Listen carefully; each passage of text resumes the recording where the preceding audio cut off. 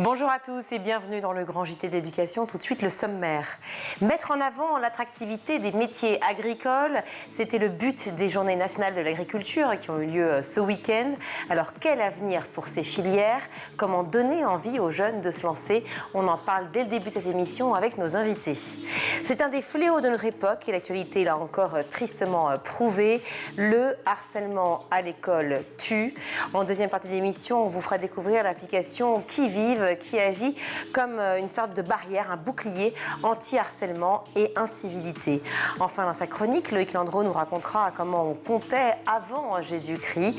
Loïc, qu'on retrouve tout de suite pour l'actualité en bref.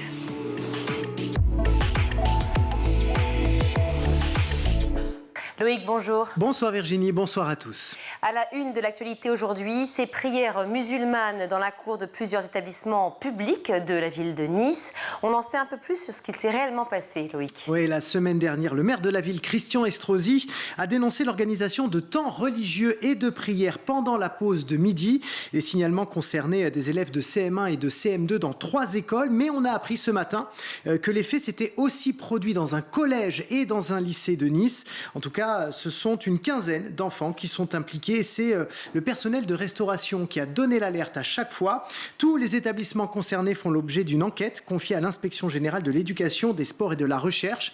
Et dans un communiqué commun publié vendredi, Pape Ndiaye et Christian Estrosi ont confirmé que tous les parents avaient été immédiatement convoqués et rappelés à l'ordre. Les équipes académiques Valeurs de la République sont mobilisées et des séquences spécifiques sur la laïcité ont été organisées dans le cadre de l'enseignement moral et civique pour tous les élèves dans les écoles concernées. En Seine-Maritime maintenant, un assistant d'éducation signalé pour comportement inapproprié. Il est soupçonné d'attouchement et d'agression sexuelle sur une trentaine de collégiens. Les faits se seraient déroulés au sein de l'internat géant Le Pauvre Moine à Saint-Valery-en-Caux près de Dieppe. C'est une vidéo filmée par une collègue qui a permis de dénoncer ces agissements. Il avait alors un élève sur les genoux et aurait eu des gestes déplacés envers lui. Face à ces images, la direction du collège a poussé cet homme à démissionner, ce qui a été effectif le 25 mai dernier. Mais elle n'a pas du tout prévenu les parents, ce qui a évidemment provoqué beaucoup de colère et d'incompréhension. Dans la foulée, néanmoins, de nombreux élèves ont témoigné. Un signalement au procureur de la République a été fait, une enquête administrative est en cours et une cellule d'écoute a été mise en place pour tous les collégiens. On revient sur le suicide de l'INSEE, 13 ans, victime de harcèlement dans le Pas-de-Calais. Une marche blanche a réuni près d'1 millier de personnes hier. Objectif, continuer sans relâche de dénoncer l'omerta qui règne autour du harcèlement scolaire dans de nombreux établissements, mais aussi de s'élever contre les réseaux sociaux et leur inaction sur le sujet. C'est d'ailleurs désormais le combat de la maire de l'INSEE qui veut mettre les géants du numérique face à leurs responsabilités. Écoutez.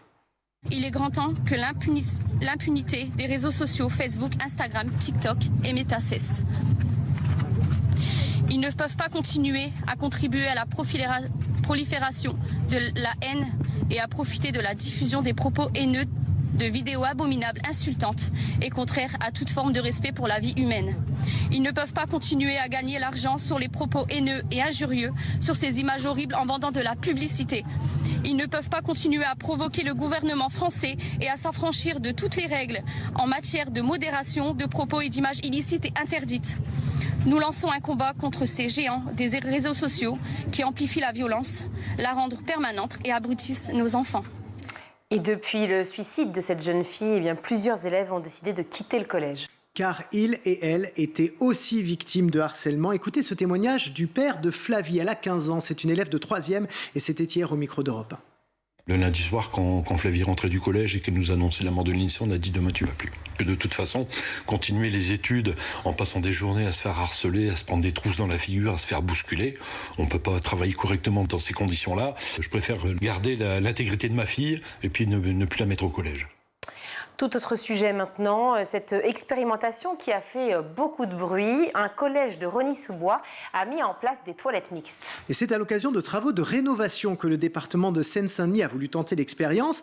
Mais après une semaine de cohabitation, pourrait-on dire, les avis sont mitigés.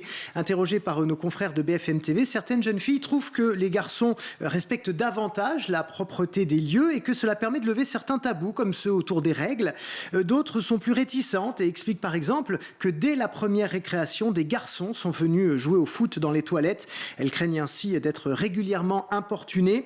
Du côté des réseaux sociaux et des parents, même chose. Beaucoup se demandent si la priorité était vraiment aux toilettes mixtes et craignent que ces lieux soient le théâtre de violences sexistes et sexuelles.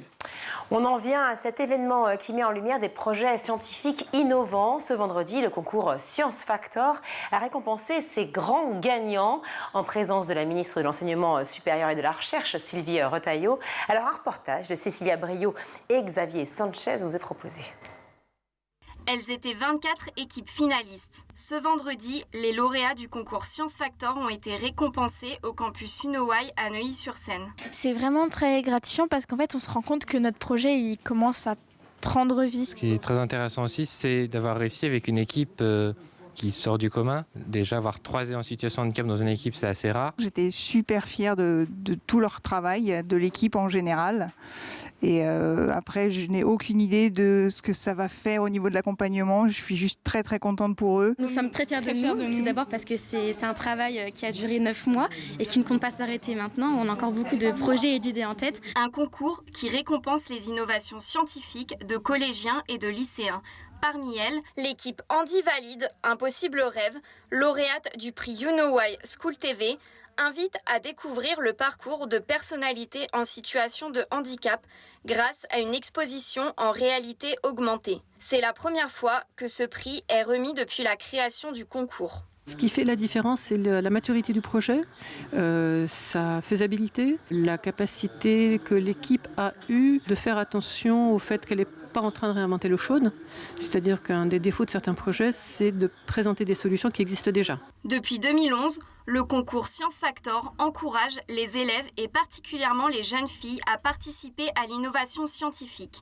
Objectif, lutter contre le sexisme dans le domaine scientifique et numérique. Une initiative aussi encouragée par la ministre de l'Enseignement supérieur et de la Recherche, Sylvie Retailleau, présente lors de la finale pour remettre des prix. Parce qu'effectivement, la moitié de la population, c'est des hommes et l'autre moitié, c'est des femmes.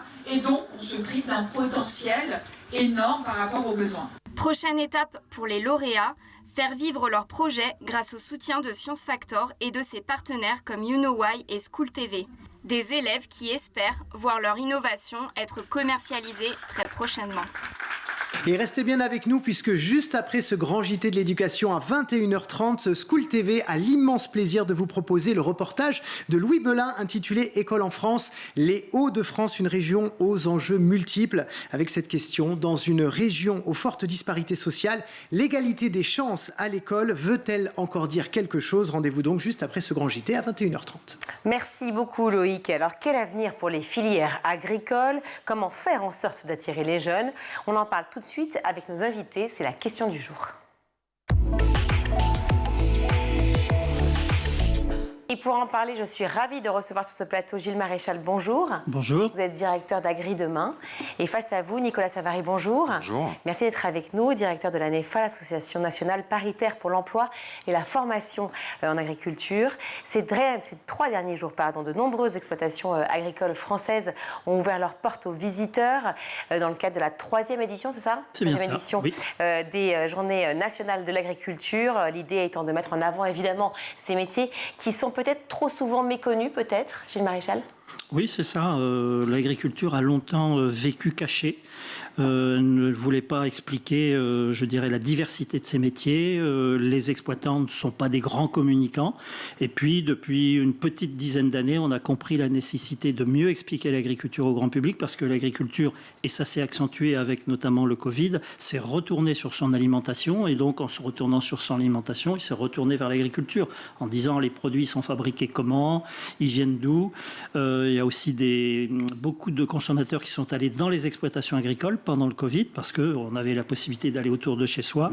Et puis, on le voit bien, l'agriculture est au cœur des enjeux de société, que ce soit l'environnement, la santé, le climat, l'économie, bien sûr.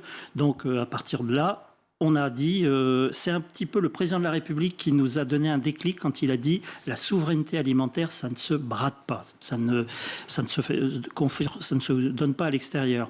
Et à partir de là, on a eu l'idée de dire, il y a quelque chose qui peut permettre de remercier les agriculteurs qui ne coûtent pas très cher, c'est de créer une journée nationale de l'agriculture. Puis c'est devenu 3 journées nationales de l'agriculture, donc 3e édition. Et puis ça fait écho ici chez School TV parce que finalement, alors évidemment, sans le personnel de santé, infirmiers et médecins, mais aussi sans les profs, les éducateurs et sans les agriculteurs, une société ne peut pas fonctionner. Donc on les remercie d'être là et on est bien content d'en parler justement ici sur School TV. Je disais trop souvent méconnu, Nicolas Savary, et parfois donc peut-être délaissé comme métier par les jeunes générations qui ne connaissent pas bien ces métiers-là.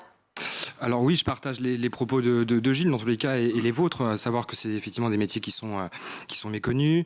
De moins en moins de jeunes ont un père ou une mère, des grands-parents agriculteurs, donc ce qui fait que de fait, en fait, ils s'éloignent du monde agricole. Par ailleurs, les jeunes ne sont pas forcément informés dans les écoles de la grande diversité des métiers, des grandes filières, des modes de production.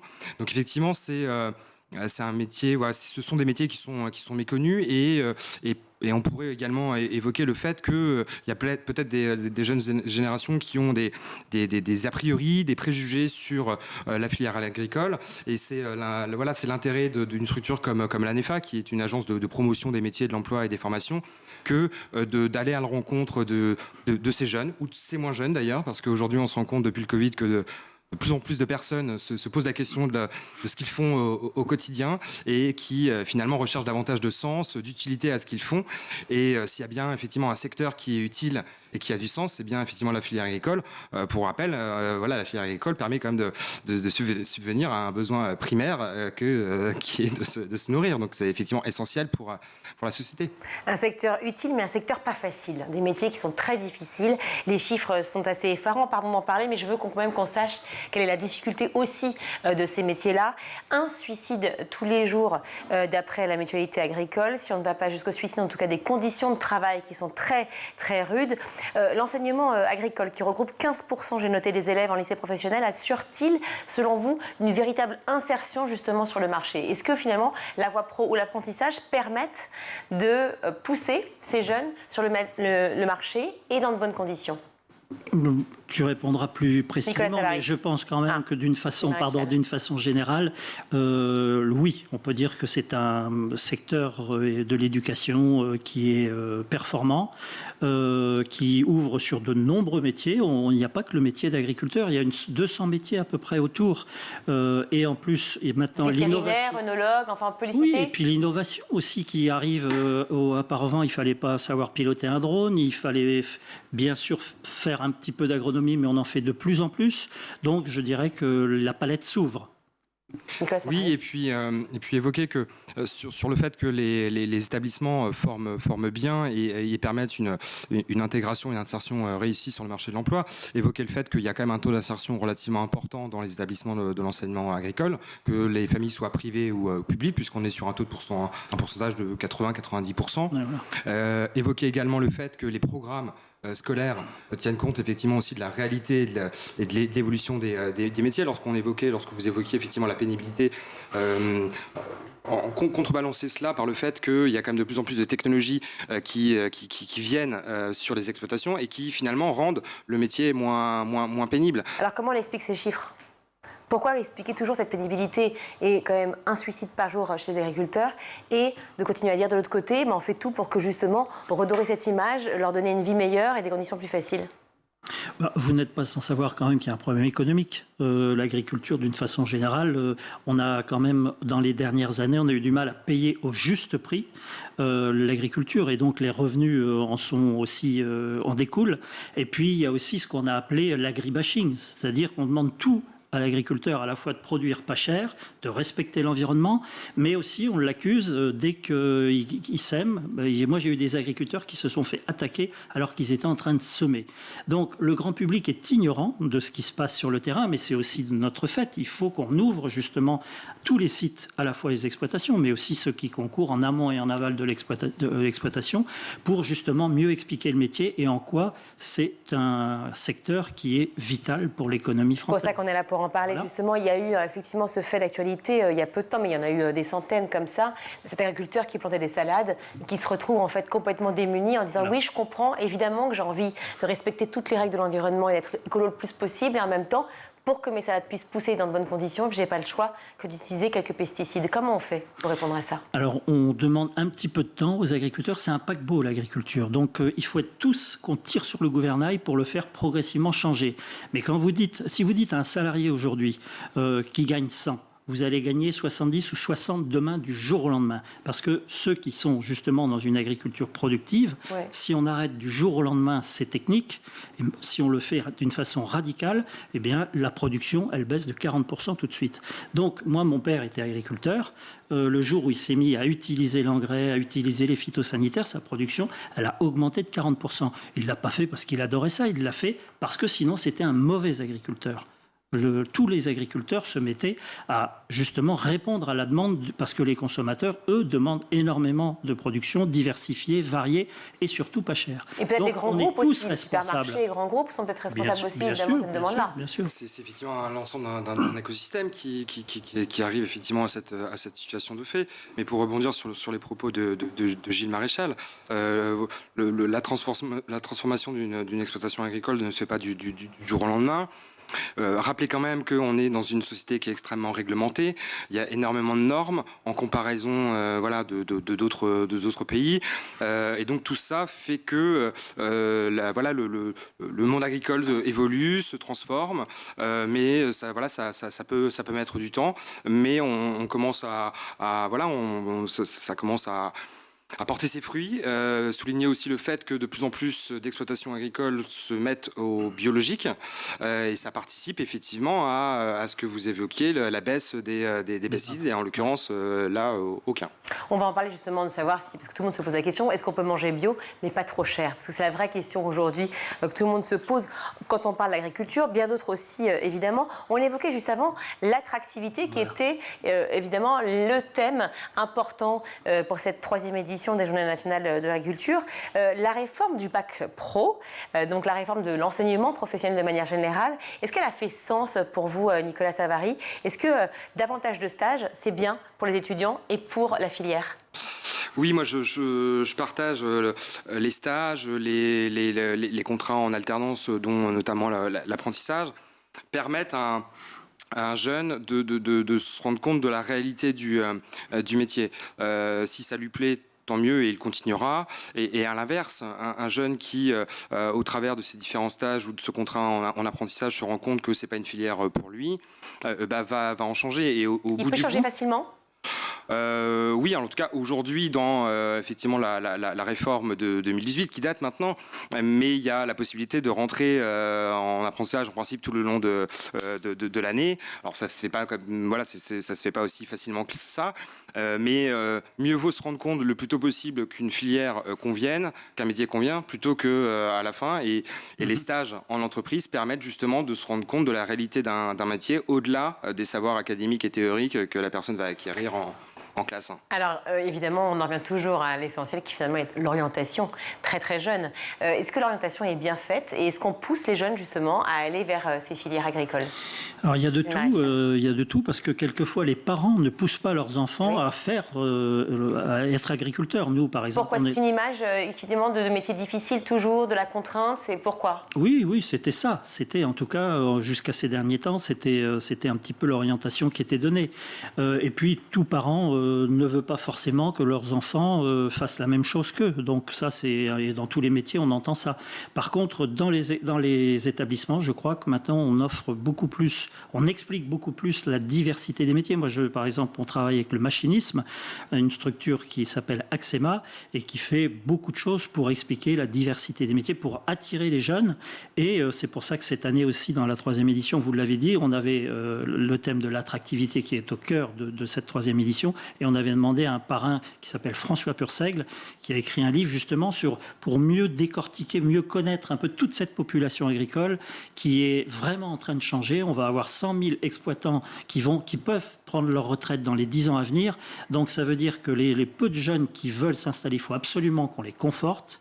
Il faut attirer des jeunes de l'extérieur, ce qu'on appelle les NIMA, les non issus du milieu agricole. On adore les sigles en agriculture. Et pour ça, il faut faire ce qu'on fait, c'est-à-dire de plus en plus expliquer c'est un métier, ce sont des métiers qui ont du sens, Nicolas l'a dit. On recherche de plus en plus de sens. Les jeunes, on l'a bien vu, ceux qui ont fait l'agro, qui ont fait quelque part une rébellion par rapport à la façon dont leur enseignement était conduit, en fait, ils sont quand même dans l'agriculture, ils restent dans l'agriculture. Donc je pense qu'on a quand même beaucoup d'atouts. Il ne faut pas noircir le tableau et il faut mieux expliquer. Les stages, moi j'ai appris énormément. J'ai eu la chance d'aller aux États-Unis quand j'étais plus jeune en exploitation agricole. Donc il faut absolument conforter cette possibilité. Mais justement, c'est pour ça qu'on est là. On va en parler des belles choses qui concernent l'agriculture. On va parler de l'attractivité. Qui dit attractivité dit effectivement conditions de travail et aussi salaire. Est-ce que les salaires sont en hausse dans cette filière-là ? De manière générale, alors c'est difficile de répondre, il y a 200 métiers. Oui, c'est difficile de répondre, mais juste évoquer le fait que dans les conventions collectives qui régissent le monde agricole, plusieurs critères effectivement ont été pris en compte pour justement valoriser la rémunération, l'expertise, le niveau de responsabilité, etc. Donc le niveau de rémunération effectivement est en hausse. S'agissant des conditions de travail, elles sont quand même en amélioration depuis un certain nombre d'années. Parler d'agriculture, c'est aussi, vous l'avez dit et vous l'avez évoqué dès le départ, c'est parler effectivement d'alimentation, c'est parler de territoire, d'écologie, de développement durable. On va lister chacun des thèmes si vous le voulez bien, en tout cas les principaux. Comment faire pour que l'agriculture soit plus verte, effectivement, mais sans être coûteuse? Est-ce que c'est possible ça? Alors ça, c'est l'équation qui est devant nous et qui est extrêmement difficile parce que les paramètres sont nombreux. En tout cas, il faut que la société le demande, l'accepte, soit prête à en payer le prix. Il faut que les agriculteurs soient mieux formés parce que, comme je vous le disais, maintenant, on découvre. Le sol n'a pas encore révélé les richesses et le potentiel qu'il a. Donc, à un moment donné, on pensait qu'appliquer certains produits et puis ça allait pousser tout seul. Mais en fait, on s'aperçoit qu'en mélangeant les plantes, en les faisant pousser les unes à côté des autres. Par exemple, quand on a des nouvelles cultures qui se font en même temps, on peut à la fois mieux respecter l'environnement et tout en ayant quand même de la productivité, puisqu'on a quand même une population qui va augmenter considérablement dans les années à venir. Donc on ne peut pas se permettre de diminuer encore une fois du jour au lendemain. Tout le monde ne peut pas devenir bio. Tout le monde ne peut pas être agriculteur bio. Vous dites quand même, parce que ça veut dire qu'on a un vrai potentiel à la fois de changement au niveau des valeurs et en même temps une production qui peut être plus importante, si je comprends bien. Tout à fait. Et il faut pas que le mot produire soit tabou. Production, on va en avoir besoin. Simplement, les conditions de production, elles vont radicalement changer. Avant, on traitait systématiquement une parcelle quand il y avait un problème phytosanitaire. Maintenant, avec les drones, on est capable de géolocaliser l'endroit où il y a une maladie. Il faut la traiter. Vous, quand vous êtes malade, de temps en temps, vous prenez des antibiotiques. Là, c'est pareil. Et puis, encore une fois, on va découvrir le potentiel du sol et la façon de mieux le conserver et valoriser son potentiel. Un potentiel formidable en France, on le sait. Enfin, je connais mal ce métier-là et je l'apprends avec vous. Mais enfin, on voit tous les camarades qui sont agriculteurs, tous les amis restaurateurs qui en parlent, les producteurs, tous ceux qui font la force. Et la gastronomie française est partout dans le monde. On va en parler de l'alimentation. Juste une porte d'entrée, celle de l'écologie, qui était une des thématiques les plus importantes quand on a parlé évidemment de toutes les thématiques fortes pendant la présidentielle. Les jeunes, on voyait, ils étaient très concernés par les problèmes environnementaux. Est-ce que c'est aussi une porte d'entrée pour les faire rentrer une porte d'entrée pour les faire rentrer, peut-être pas, une porte d'entrée pour qu'ils arrivent justement dans ces filières-là? Oui, clairement, c'est un des enjeux de mettre en avant effectivement que en tant que salarié agricole, quel que soit son secteur d'activité, la personne peut avoir une emprise, en tout cas à son niveau, sur la biodiversité, la préservation de la planète. Et effectivement, toutes les études, en tout cas, ont bon nombre d'entre elles montrent effectivement que le souci écologique et environnementaux sont effectivement essentiels pour cette nouvelle génération, et c'est des messages qu'on doit véhiculer dans les médias, à travers les différentes manifestations qu'on peut organiser partout en France. Je parlais d'alimentation, de gastronomie, parce qu'on est très très fiers en France de notre gastronomie. Soyons toujours. Oui, vraiment, on a raison de l'être. En comparaison avec d'autres pays, oui, on a raison. Mais même sans comparaison, je crois que les chefs sont formidables. Enfin bon, vous savez, moi je suis fan forcément, alors je ne vais pas dire le contraire. Les circuits courts, on en parle beaucoup, notamment dans les cantines scolaires. On est sur School TV, on parle d'école évidemment. Est-ce que c'est réalisable, à 100% des cantines scolaires avec des circuits courts?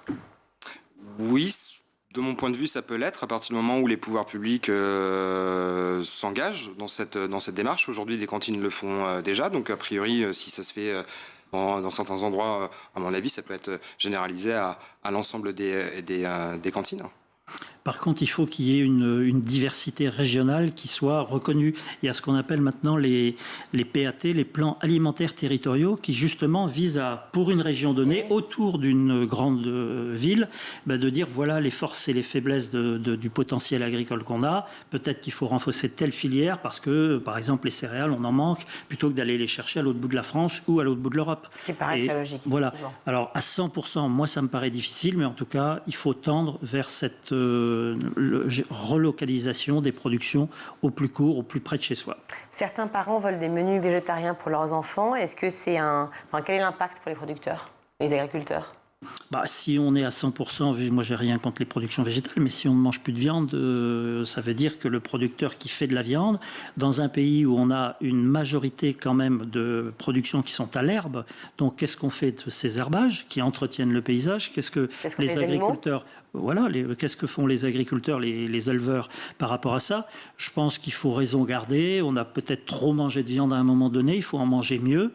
Tout le monde est en train d'en prendre conscience. Maintenant, passer à une radicalité, encore une fois, sans viande, en tout cas, c'est pas moi oui, puis peut-être rappeler aussi que les viandes, ça apporte des protéines, donc ça apporte quand même des nutriments pour la croissance de l'enfant, au même titre que les poissons. Voilà, tout aliment est important à condition d'en manger en bonne quantité, sans trop d'excès. Même si on nous rétorque qu'un grand sportif qui fait du tennis, il se passe de viande. Bon, ça, je l'ai eu ces derniers jours, mais il y a aussi des grands sportifs. Partout. Voilà, c'est ça. Et puis, ils se complémentent en protéines un peu différemment. Je crois. Merci mille fois à tous les deux d'avoir été avec nous sur ce plateau. Gilles Maréchal, je rappelle que vous êtes directeur d'Agri Demain, et Nicolas Savary, directeur de l'ANEFA, l'Association nationale paritaire pour l'emploi et la formation en agriculture.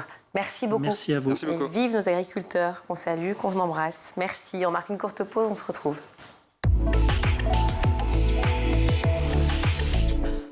Je vous donne rendez-vous tous les jours dans le MAG sur School TV pour aborder ensemble une thématique forte de l'éducation. Lundi, place aux initiatives locales, aux grands chantiers du gouvernement, c'est dans Action Éducation. Mardi, on s'intéresse aux nouvelles valeurs enseignées à vos enfants, c'est dans École Ensemble. Et puis le mercredi, focus sur l'extrascolaire, art, sport, musique. On découvre tout ça dans Extra School. On en vient au jeudi, on se projette sur l'avenir de vos enfants.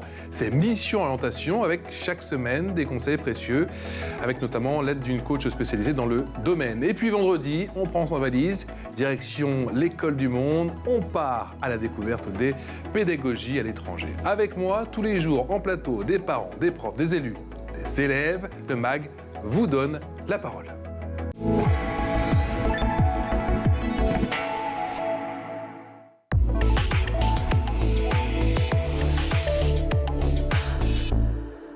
De retour sur le plateau du Grand JT, nous sommes ravis avec Loïc de recevoir Jean-Philippe Thible. Bonjour.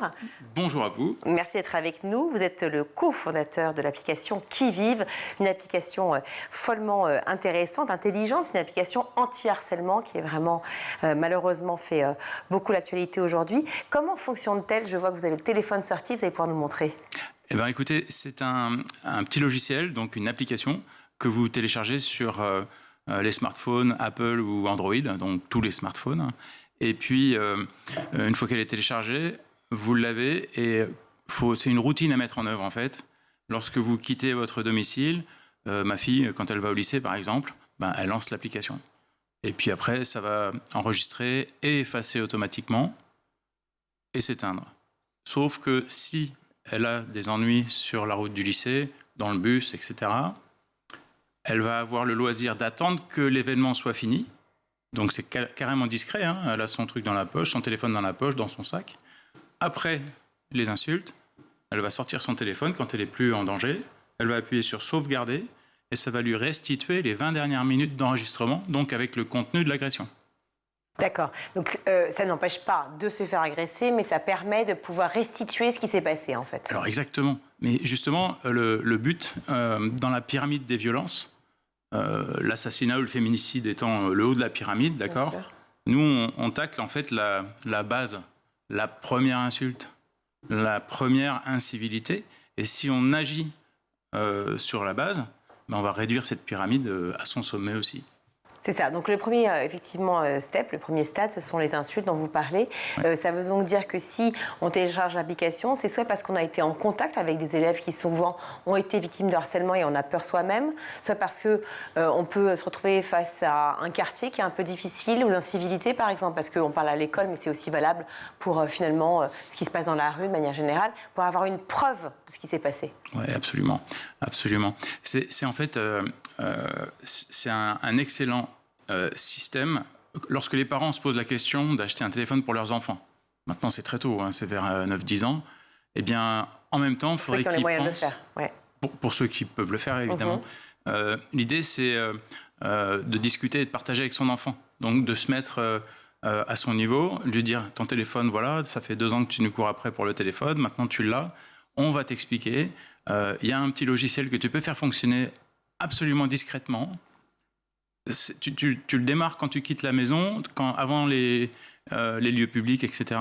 Et puis, s'il t'arrive quelque chose, après coup, quand tu es en sécurité, tu appuies sur le bouton et tu viendras nous raconter ce qui s'est passé. On écoutera l'enregistrement, la captation, et on pourra décider des bonnes actions ou des choses à faire, éventuellement, s'il faut aller plus loin avec le CPE, la direction de l'école, etc., ou si on peut régler le problème nous-mêmes. Avec les parents de cet enfant en question. Ça pose quand même une question de droit. Est-ce qu'on a vraiment le droit d'enregistrer tout le monde et n'importe qui à leur insu ? Et est-ce que ça a du coup un sens juridiquement ou face à la police ? Merci beaucoup de m'avoir posé cette question parce qu'on a conçu cette application Qui Vive exactement pour ça. On a tous en mémoire qu'on n'a pas le droit d'enregistrer les gens à leur insu. Ok, ben c'est pour ça qu'on a fait cette application. Qui enregistre les gens à leur insu ? Non. Non. Ah, pas à leur insu ? Eh bien non, justement, c'est là que c'est subtil. Ouais. C'est que cette personne qui est protégée par cette loi, si elle vous agresse, elle sort du champ de la loi. Et si elle sort du champ de la loi, vous avez le droit d'utiliser un moyen proportionné pour vous défendre. Et voilà. D'accord. Qu'est-ce qui différencie effectivement cette application de tout simplement l'enregistrement qu'on pourrait faire via notre smartphone à nous ? Alors, on a tous un dictaphone. Mais si vous lancez votre dictaphone à chaque fois que vous allez quelque part, vous enregistrez en fait sciemment des gens. Et donc on sort de ce que je viens de vous expliquer en fait, parce que quand on déclenche sauvegarder sur notre application à nous, sur Qui Vive, eh ben c'est parce que vous êtes agressé par quelqu'un. Donc vous vous mettez dans la légalité. Par voie de conséquence. Mais la cause n'est pas la légalité. La cause c'est l'illégalité. On enregistre quoi qu'il arrive. Ah ben non, parce que vous programmez quelque chose qui enregistre et qui est programmé pour s'effacer de toute façon si vous ne touchez pas au téléphone. Les enregistrements, pour rejoindre les propos de Loïc, les enregistrements font preuve devant la justice, donc il se passe quelque chose, une agression verbale, une agression évidemment physique, quoi que ce soit qui se passe et qui pourrait être pénible pour quelqu'un, enfant ou pas, Exactement. Fait preuve devant la justice. Vous êtes victime de quelque chose, si vous produisez un fichier Qui Vive, c'est une preuve au pénal. Mais la question, pardon, c'est aussi comment retrouver la personne, parce qu'on a sa voix, certes, mais comment porter plainte contre quelqu'un alors qu'on n'a que sa voix ? Eh ben, j'ai une réponse à ça, Loïc. J'espère bien, parce que... Alors, en fait, dans le milieu scolaire, vous avez une forte chance de savoir à peu près qui c'est. Ok, mais passons. L'idée, vous êtes dans le métro, dans le bus, en train de vous déplacer dans un lieu que vous ne connaissez pas bien, et vous subissez un outrage sexiste. Et ça dure 3 minutes, et après, cette personne s'en va, et vous êtes de nouveau seul. Eh bien, si vous appuyez sur sauvegarder, vous allez récupérer les 20 minutes d'enregistrement. Ok, la même chose que pour le scolaire. Hein. c'est discret, elle n'a pas sorti son téléphone pendant l'agression, hein, c'est après. Dans ce fichier son, vous avez aussi des datas technologiques qui sont les émissions Wi-Fi, les pings Wi-Fi et Bluetooth des téléphones qui sont programmés pour le faire toutes les X secondes ou X minutes pour choper les antennes, en fait. Et ça, c'est dans l'enregistrement. Vous ne pouvez absolument rien en faire. En revanche, si vous portez plainte, si la police intervient et que c'est grave, elle va voir avec les opérateurs pour obtenir la liste des gens qui étaient autour. En tout cas, des téléphones qui ont borné autour.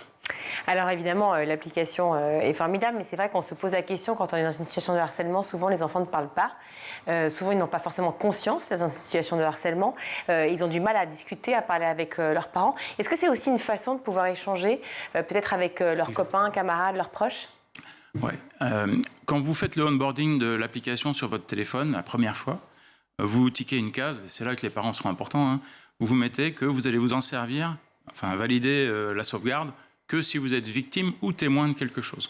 Ça veut dire que les enfants assistent à quelque chose qui se passe mal pour l'un de leurs amis, et ils n'osent pas intervenir parce qu'évidemment, c'est se mettre en danger. Ils peuvent rentrer à la maison avec ce fichier et partager avec les parents de la victime pour l'aider. Mais écoutez, merci beaucoup Jean-Philippe Thible. Juste, j'aimerais montrer juste à quoi ça correspond, à quoi ça ressemble l'application. Je rappelle donc que vous êtes le cofondateur de l'application Qui Vive, qui permet de lutter contre le harcèlement. Je sors de chez moi, j'active l'écoute. Pardon, j'ai fait une bêtise évidemment. Voilà, j'active l'écoute et donc tout le monde peut m'agresser ou pas, en tout cas. J'aurai l'enregistrement et je pourrai confondre l'agresseur ou l'agresseuse devant la justice. Ouais, c'est d'abord pour partager, pour essayer de construire une réponse, cesser l'escalade en fait. C'est plutôt couper. En tout cas, c'est l'escalade. On espère. Ouais. Merci à vous d'avoir été avec nous sur le Grand JT. Formidable, merci à vous. Tout de suite, Loïc, c'est à vous pour votre chronique historico-culturelle.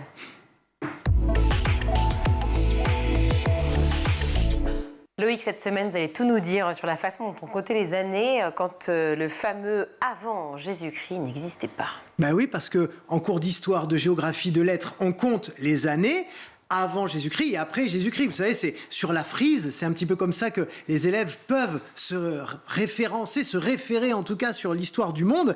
Et c'est vrai que Jésus-Christ, c'est le point de jonction, c'est la référence entre la période antique et le Haut Moyen-Âge. Et je suppose que la façon dont on compte, évidemment, le temps est une préoccupation centrale depuis que l'être humain est organisé en société. Exactement, pour organiser la vie sociale, économique, religieuse, le défi, c'est de mesurer le temps qui passe. Mais comme dans tout calcul, la question centrale, c'est de savoir de quoi on parle. Quelle est la base, quelle est la valeur sur laquelle on s'appuie pour compter ensuite. Par exemple, en l'an 3000 avant notre ère chez les Mayas, le commencement de toute chose correspond à l'apparition dans le ciel de la planète Vénus. Et on décompte à partir de là. Beaucoup de peuples antiques s'appuient aussi sur le règne du roi en cours. En Égypte, par exemple, on disait « Nous sommes en l'an 58 du règne de Ramsès II ». Et dès que le souverain mourait, on reprenait à zéro avec le nouveau. Les Romains aussi, d'ailleurs, se sont longtemps appuyés sur le règne de leurs empereurs, jusqu'à un certain moment où ils décident de prendre comme base la fondation de Rome.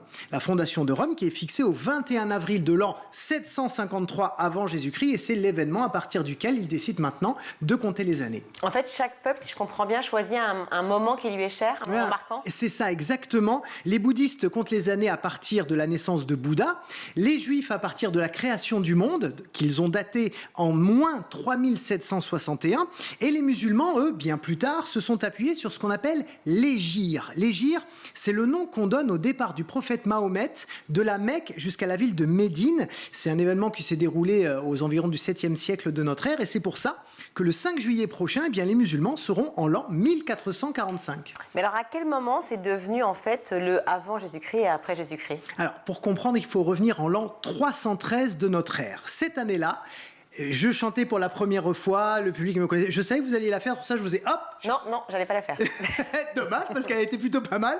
Donc cette année-là, l'empereur romain Constantin institue officiellement le christianisme comme religion d'État sur un territoire qui s'étend à l'époque de l'Égypte au Liban jusqu'à l'Espagne et le Maroc et vers le nord jusqu'à la Grande-Bretagne. Donc c'était tout ça l'Empire romain.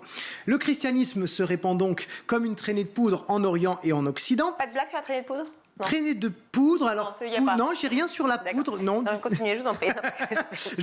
Attention, je vais en avoir une autre, à n'importe quel moment ça peut partir. Sur cette année-là, je m'en remets pas, c'est pour ça. Pardon de vous avoir coupé. Je vous en prie. Et vers l'an 500. Vers l'an 500, il y a un moine du nom de Denis le Petit qui est chargé par le pape de calculer la date exacte de Pâques, donc de la mort et de la résurrection de Jésus. Mais pour faire ça, pour retracer un peu toute l'histoire, il doit aussi savoir quand est-ce qu'il est né. Et c'est là donc, au cours de ses recherches, qu'il va l'affirmer officiellement. Pour lui, Jésus est né 753 ans après la fondation de Rome. Ce qui tombe parfaitement bien. Comme par hasard. Ben oui, forcément, puisqu'en fait... Autre blague, comme par hasard. Comme par hasard. Non, mais c'est une rêve, c'est Éric Judor. Il y a un petit chat. Vous connaissez pas? Bon, c'est pas grave. Comme par hasard. Donc, ils choisissent moins 753 parce que pour les chrétiens, Jésus, c'est le début de tout, c'est le renouveau de tout, c'est la lumière. Et donc, quand on fait moins 753, fondation de Rome, plus 753, ça fait... Zéro. Ça fait 0, exactement. Et donc, c'est là où ils instaurent leur propre référence, leur propre début, qui à l'époque donc est partagé par des millions de personnes, que ce soit en Orient ou en Occident.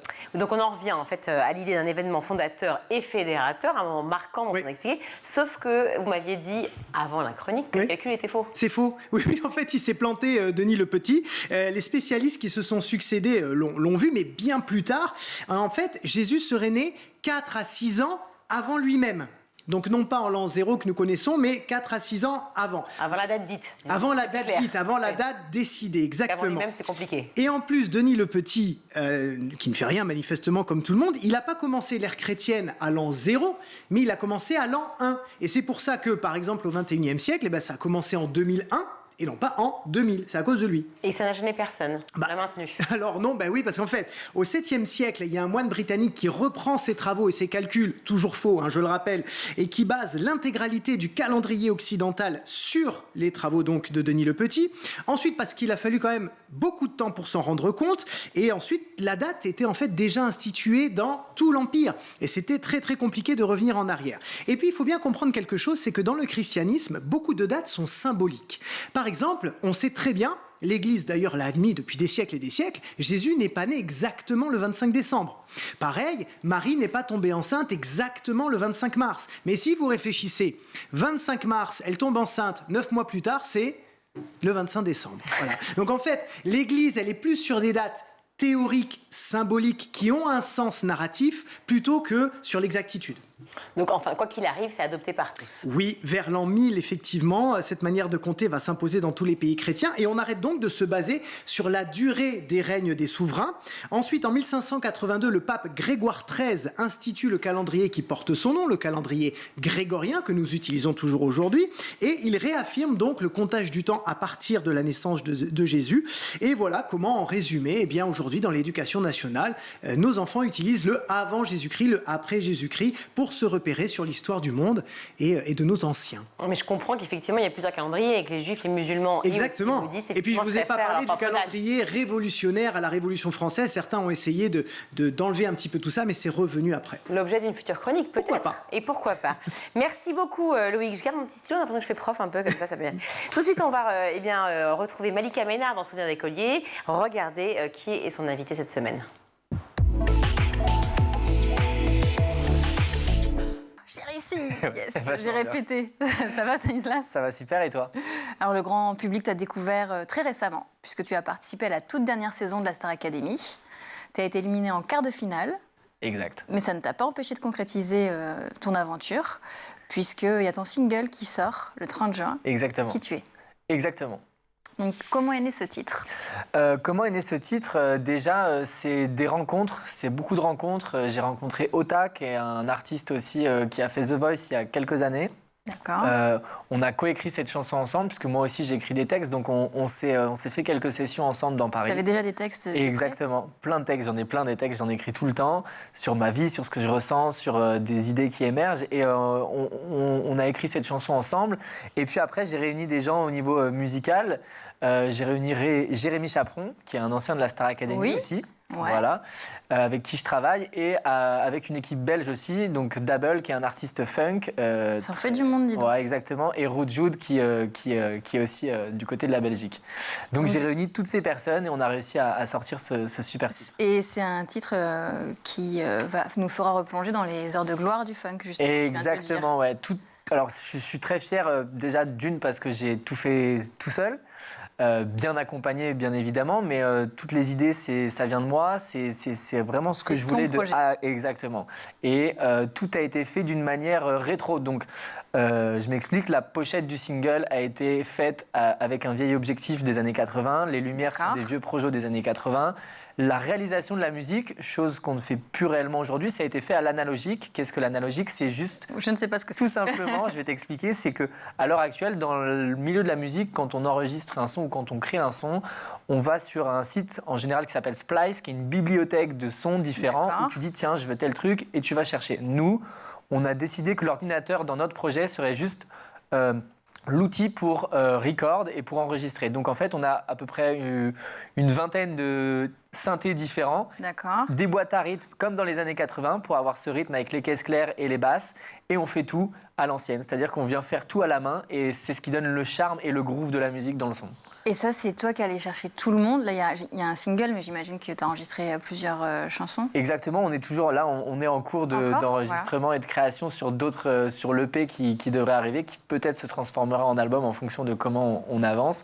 Ça, c'est ton projet du moment. Exactement. Est-ce que tu travailles en même temps sur d'autres projets? À l'heure actuelle, oui. Moi, je suis un artiste 360 et j'ai vraiment bataillé pour que les Français se mettent ça en tête aussi à la Starac, que je suis danseur, chanteur, comédien. Et d'où la comédie. Là, en ce moment, je passe des castings. Voilà, je suis signé dans une agence qui s'appelle Les Agents Associés. D'accord. Et donc, j'ai une agence de cinéma et je passe des castings pour des longs métrages à la rentrée et peut-être des séries télévisées. Il y a déjà quelque chose de programmé? Pas encore. Là, j'attends des réponses. On croise les doigts. Bon, on arrête de se projeter dans le futur. On va faire un petit retour en arrière. Où est-ce que tu as grandi? Alors moi, je suis né à Meudon. Ouais. Et j'ai grandi, je me sens plus breton et je me dis breton tout simplement parce que toute mon enfance, elle s'est faite en Bretagne, du côté de Vannes. Dans le Morbihan. Dans le Morbihan, qui est une très belle région. Et j'ai vécu toute ma scolarité jusqu'au bac. Voilà, et ensuite je suis parti faire mes études. Pourquoi tu arrives d'ailleurs en Bretagne? Eh bien, tout simplement parce qu'à l'époque, mon frère il avait quelques soucis quand on était très jeune de pollution, etc., à respirer. Du coup, mes parents ils se sont dit, on bouge. Et en fait, on a bougé en Bretagne et on s'est retrouvés dans cette belle petite ville Vannes. Et donc, du coup, j'ai fait toute ma scolarité, collège, lycée, jusque là-bas. Et ensuite, la vie m'a ramené à l'heure actuelle à Paris pour les études artistiques. Tu as des frères, des sœurs? Un grand frère, plus âgé que moi, de 3 ans. Oui, donc... Rien à voir, et qui est neuropsy, mais qui m'aide beaucoup dans ma vie, avec qui je suis très complice, et qui me suit beaucoup, et moi aussi je le suis beaucoup dans ses projets. C'est déjà la fin de ce numéro, on se retrouve demain, toujours en compagnie de Stanislas Soufois-Rittner pour la suite de Souvenirs d'écoliers. À demain. Merci Malika, et à demain. Tout de suite, c'est le meilleur de School TV avec le Zap.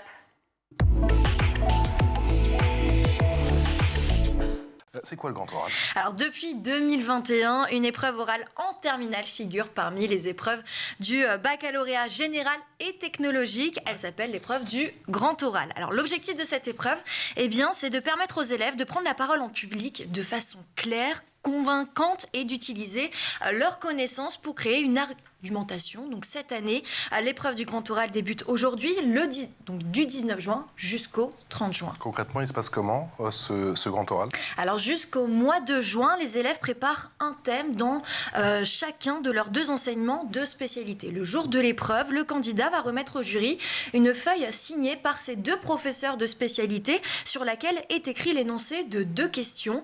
Le jury va en choisir une. L'élève dispose ensuite de 20 minutes pour préparer sa présentation. Donc le candidat ensuite présente la question au jury. Il doit justifier le choix de la question, la développer et y répondre. Mais attention au temps parce que l'élève dispose de 5 minutes pour s'exprimer. 5 minutes chrono, effectivement, le chrono dans la tête. Et ensuite une deuxième, même une troisième partie ? Effectivement. Alors après ces 5 minutes vient la deuxième partie de l'épreuve qui est un temps d'échange. Pendant 10 minutes, le jury va poser plusieurs questions au candidat pour développer son argumentation. Donc il peut interroger le candidat sur le programme de spécialité lié à la question. L'élève va devoir compléter son propos et montrer ses capacités d'écoute, de dialogue et d'argumentation. Et pour finir, lors des 5 dernières minutes, il s'agit de la partie orientation. Donc le candidat échange avec le jury sur son projet d'orientation. Il doit faire le lien entre la question traitée et son projet d'orientation. Il doit revenir sur les motivations qui l'ont poussé à choisir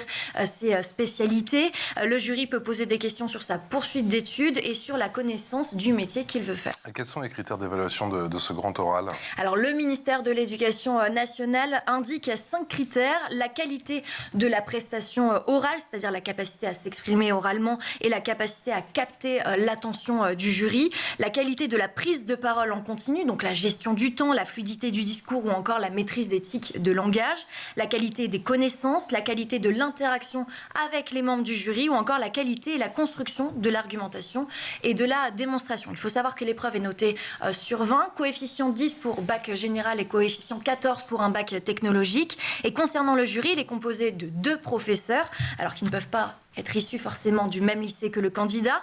L'un d'entre eux enseigne nécessairement dans l'une des spécialités du candidat, l'autre peut être un professeur dans un tout autre domaine.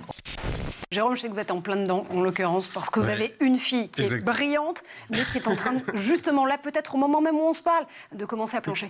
Oui, elle va plancher dans quelques jours, elle s'y prépare depuis longtemps. Alors, elle a eu la chance, avec les professeurs de ses spécialités, puisque les questions sont sur les spécialités, d'avoir eu déjà plusieurs épreuves blanches, comme on dit, des épreuves pour rien, mais d'avoir dû choisir ses sujets très en amont, d'avoir dû les préparer, y travailler, etc., etc. Mais vous avez raison, les professeurs ne sont pas forcément adaptés à ça et sont, on va le dire, de temps en temps un peu paumés face à l'oral, parce que, encore une fois, l'oral, c'est le parent pauvre de l'éducation nationale. Jusqu'à présent, en France, le maître mot et le juge de paix, c'est l'écrit, savoir écrire, savoir argumenter, savoir faire de jolies phrases, etc., etc. L'oral et la conviction à l'oral n'étaient absolument pas prises en compte. On faisait des exposés, mais on n'était plus jugé sur le fond que sur la forme. Là, dans le grand oral, c'est vraiment une question à la fois de fond, bien évidemment, mais également de forme. Donc, qui va pouvoir les aider ? Les profs, oui.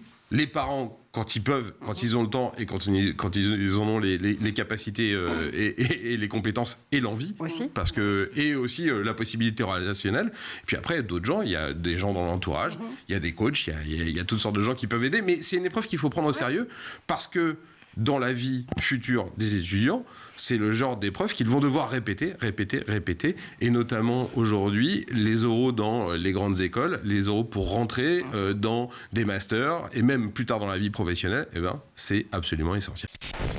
La frontière entre un livre jeunesse et un livre pas jeunesse, qui la trace ? C'est tout un tas d'acteurs qui ne sont pas forcément conscients de ce qu'ils font. Il y en a, on dirait, qui sont très conscients, ça peut être des éditeurs, des auteurs, autrices, etc. Mais il y a aussi, moi je dirais, presque plus important, c'est toute la société, parce qu'en fait le concept d'enfance, c'est une construction. Ce qui ne veut pas dire que ça n'existe pas, mais simplement que c'est co-construit au fil des siècles. Vous le savez très bien ici, je pense, par différents modes d'éducation, des approches culturelles de l'enfance, des approches sociologiques des enfants, politiques, etc.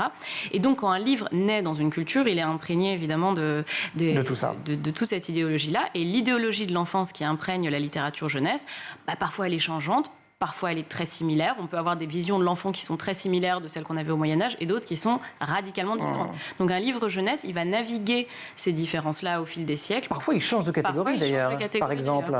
En fait, je pense que, d'une certaine manière, il y a plein de livres qui ont été publiés, donc des livres jeunesse, des tout premiers livres jeunesse qui ont été publiés, par exemple, au XVIIe, XVIIIe siècle, qui, par définition, ne peuvent plus parler aux enfants d'aujourd'hui parce que déjà, il y a la question de la langue est trop compliquée. Ça ne veut pas forcément dire, en fait, que s'ils n'étaient n'était pas adapté ou simplifié, disons, pas du tout au sens péjoratif du terme, mais adapté à un auditoire contemporain, il ne résonnerait pas de la même manière. Mais ça peut arriver. Et puis, il y en a d'autres qui continuent vraiment, qui passent l'épreuve du temps de manière très forte. Des gens comme la comtesse de Ségur, des gens comme tout ce qu'on appelle l'âge d'or de la littérature jeunesse en Grande-Bretagne. Donc, on peut parler de tout ce qui est le vent dans les seaux, par exemple. Alors, Dickens, c'est controversé de savoir si c'est vraiment jeunesse, honnêtement. Mais on peut parler de tous les livres de Frances Hodgson Burnett, La Petite Princesse, Le Jardin secret. Ces livres-là, ils continuent à être lus énormément. Sarah, effectivement, est-ce qu'on t'a conseillé effectivement d'essayer de te préserver au maximum, de travailler le plus possible en amont et aller les 2-3 derniers jours peut-être de relâcher, de couper un petit peu? Oui, c'est quelque chose qui est conseillé parce qu'en fait, le problème, c'est que si on fait des révisions de dernière minute, déjà, ça n'a pas de valeur ajoutée à part si on n'a rien préparé. En plus, ça ne fait qu'augmenter le stress. Moi, personnellement, c'est quelque chose que j'ai fait pendant toutes mes années lycée. C'est-à-dire que je révisais mes contrôles le week-end d'avant. Mais par contre, la veille, je ne touchais pas à mes cahiers. Et c'est quelque chose qui marchait assez bien. Donc, il faut vraiment se déconnecter, sortir avec des amis, aller faire un footing. Enfin, penser à autre chose qu'à l'épreuve, en fait, la veille. Shadrach, comment on prend confiance, comment on lâche prise, Shadrach, effectivement, et toi, que conseilles-tu à tes élèves?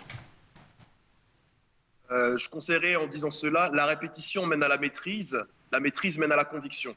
L'idée de base, c'est de répéter suffisamment dans des situations variées pour avoir cette impression de maîtrise qui va forcément mener à une forme de conviction. Et ensuite, il y a aussi un autre point qui est que pour que l'on puisse réellement savoir si ce que l'on dit et ce que l'on pense dans ce cadre-là tiennent la route, il faudrait faire face à une forme d'hostilité. Et c'est bien de simuler avec des proches, que ce soit de la famille, que ce soit des amis, des débats sur tel ou tel point. Je ne suis pas d'accord avec ça, comment tu pourrais argumenter sur ça? L'idée, ce n'est pas simplement d'être sarcastique, non. C'est justement par cet exercice d'échange sincère et transparent, l'individu va pouvoir forger son caractère et forger sa personnalité. Et le jour J, sachant que ce ne sera pas un débat, ce sera plutôt un monopole de la parole, va être capable d'anticiper même les questions et d'argumenter par conséquent. Aujourd'hui, vous avez pu justement entraîner cet algo et ce modèle d'intelligence artificielle sur combien d'étudiants et d'étudiantes? Alors, en ce moment, c'est très vague de le dire parce qu'elle est sortie depuis 4 mois et elle est installée pas que dans le système d'éducation, dans l'éducation. Donc, c'est compliqué de savoir exactement d'où viennent chaque personne. Actuellement, on estime avoir à peu près plus de 15 000 élèves qui sont venus sur le site et qui font un programme qui en fait commence par la rédaction de son discours, c'est-à-dire qu'on vous aide à rédiger votre discours avec des outils. Puis après, on vous stimule votre créativité en vous faisant orater dans des situations dans lesquelles vous n'avez pas l'habitude d'être mis. Tout ça derrière un écran, donc personne ne vous juge en fait. Il n'y a pas quelqu'un qui vous dit vous êtes mauvais, vous êtes nul. Vous apprenez par vous-même. Et puis à la fin, on vous donne un détail complet en basant du coup à chaque fois sur la gestuelle de toutes les vidéos qui ont été qu'on a réussi à rassembler, à peu près 5000, 6000, c'était le premier jet, elle évolue constamment chaque jour. Puis sur le fond, c'est plus compliqué, on a repris toutes les bases du français en fait. On a repris tout ce qui pourrait être en fait lexical, tout ce qui est grammatical, et puis on en a fait une liste de 250 conseils pour que ce soit toujours adapté. Et surtout, que ça n'empêche pas la personne, en fait, de se contraindre à un style pour qu'on soit tous uniformes. Nous, notre objectif, c'était que chaque personne utilise la IA, mais qu'en fait, elle reste propre à lui-même. Donc, on a réussi à le faire, mais ça a passé par beaucoup de données différentes qu'on a dû retravailler. Il ne suffit pas d'assembler des données, il fallait les travailler derrière. Et pour ça, l'intelligence humaine était la seule à pouvoir la faire. Mais si je vous entends bien, ça veut dire qu'on a affaire à un coach un peu en miroir. Oui, un coach IA, mais qui va nous permettre finalement là aussi de pouvoir, au fur et à mesure, s'améliorer. L'IA va être le maître étalon de notre progression. Alors, pour commencer, en fait, pour que ce soit plus visuel et pour que les gens puissent s'imaginer, en fait, vous ouvrez votre ordinateur et votre webcam se met sur vous et en fait va poser des carrés sur votre corps. C'est-à-dire souvent sur vos mains ouvertes, vos mains fermées, votre coude, si vous avez une position oralité, votre regard, est-ce que vous regardez fixement, est-ce que vous regardez sur les côtés, votre bouche, est-ce que vous souriez, est-ce que vous n'avez pas de sourire, est-ce que vous avez un regard fixe. Et en fait, à partir de là, déjà, d'habitude, la meilleure méthode, c'était un de mes premiers conseils. Je disais aux gens, bon voilà, tu veux t'entraîner seul ce soir, t'as pas le moyen de t'entraîner, tu te mets devant ta glace et tu le répètes 4-5 fois. Et il me disait, ça a bien marché. Je me suis dit, ça serait marrant de faire un miroir qui vous répond un peu à la Blanche-Neige. Je me suis dit, ça serait marrant de faire un miroir qui est capable de vous dire exactement ce que vous êtes en train de faire. Après, je me suis dit, ça serait encore mieux de faire un miroir qui est capable de te répondre sur ce que tu viens de faire. Et donc, petit à petit, on l'a créé comme ça. Mais l'objectif, c'était au départ juste vraiment de la première version, ce sont des carrés qui se mettent sur le corps pour dire voilà, là, t'as tes mains le long du corps, redresse-les. C'est pas possible, on ne voit pas. Ou alors, hop, tes coudes, il faut que tu les libères parce que là, on ne comprend pas exactement ce que tu as envie de dire. Là, une gestuelle ouverte quand tu dis quelque chose un peu d'ouvert vers les gens. Une gestuelle fermée quand tu veux montrer ta conviction. De base, c'était là, on expliquait la base, d'à quoi servait la gestuelle et le non-verbal. Et puis après, elle a appris toute seule parce que la technologie avance très très vite. Quand les profs essaient de faire plaisir aux élèves en fin d'année. Allez, s'il vous plaît, je sais que c'est le dernier cours, on reste calme, on va regarder un film. Trop bien. Oui. Ouais, trop bien, trop cool. J'avais envie de vous faire plaisir, donc du coup, j'ai pris un documentaire sur l'histoire de France. Sérieux, lui ? Un documentaire ? Hashtag déception. On peut pas regarder un film cool, je sais pas, genre Les Gardiens de la Galaxie. Gardiens de la Galaxie, c'est plus intéressant, on va s'intéresser à l'histoire de France pendant 1h30. On s'en fout. Pour vous faire plaisir pour ce dernier cours, on va faire un petit caout. Vous adorez ça, je sais. Trop bien, caout. On peut faire un caout sur Disney. Bon, on va pas faire un caout sur Disney. Non, sur le sport, je sais pas, sur le foot. Non, je vais pas vous poser des questions de foot. Je vais préparer un quiz de physique chimie. D'accord ? Allez, 20 questions, c'est parti. Mais non, mais monsieur, pas le dernier jour. Ouais, du coup, il y a le goûter aujourd'hui, monsieur. Oui, je vous avais dit qu'on ferait un goûter, mais on ferait un goûter les 10 dernières minutes, puisqu'avant, j'ai préparé une petite activité documentaire. Super sympa, vous allez voir. Voilà, c'est la fin de cette édition. Merci à vous tous de nous avoir suivis. Canal 217 sur les box Orange, Canal 247 sur les Freebox, schooltv.com pour voir et revoir toutes les émissions.